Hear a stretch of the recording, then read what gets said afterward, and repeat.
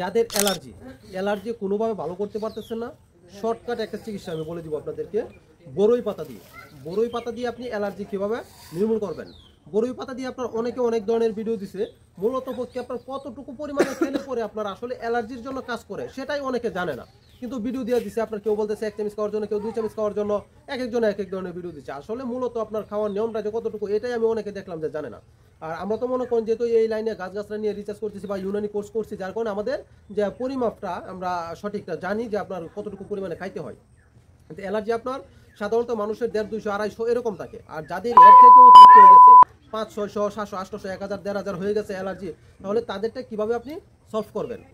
এই বরই পাতা রস খাবেন আপনি হাফ কাপ পরিমাণ প্রতিদিন সকালবেলা খালি পেটে। আপনি হাফ কাপ পরিমাণ বরই পাতা রস খাবেন, তাহলে আপনার অ্যালার্জিটা আপনার সম্পূর্ণ নির্মূল হয়ে যাবে। আপনাকে মিনিমাম 21 থেকে 1 মাস খাইতে হবে, 21 দিন থেকে 1 মাস খাইতে হবে।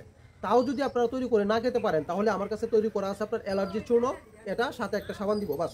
এই দুইটা আইটেম যদি আপনি সাবানটা ব্যবহার করবেন এবং ওষুধটা খাবেন, আপনার এই ফাইলটা যাবে হচ্ছে 3 মাস। এখানে 3 মাসের ওষুধ দেওয়া আছে। 3 মাস খাইলে পরে আপনার যত পুরাতন অ্যালার্জি হোক, 1000, 1500, 2000, 2500 হয়ে গেছে অ্যালার্জি, এটাও সম্পূর্ণ ক্লিয়ার হবে ইনশাআল্লাহ।